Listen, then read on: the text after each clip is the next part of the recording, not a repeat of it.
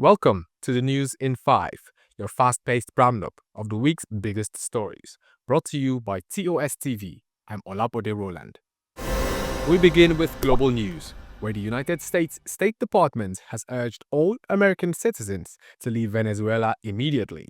The evacuation order follows reports that local militias are targeting Americans amid heightening political instability.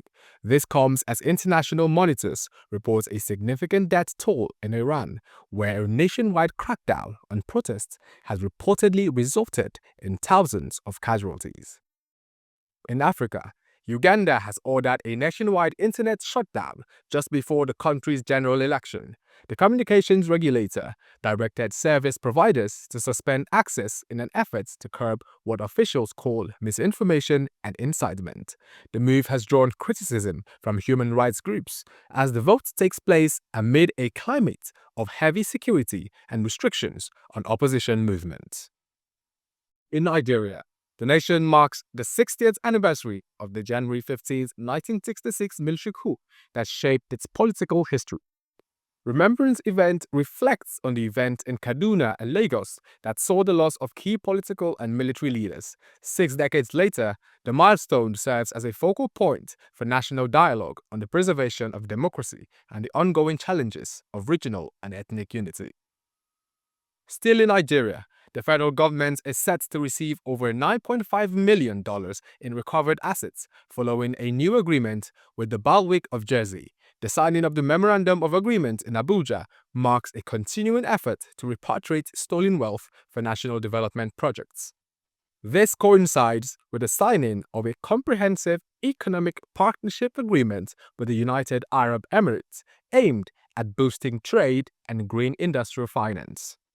In sports, Nigeria's quest for a fourth continental title has ended in the semi-finals of the AFCON 2025 after a goalless 120 minutes in Rabat. Host nation Morocco defeated the Super Eagles 4-2 in a penalty shootout.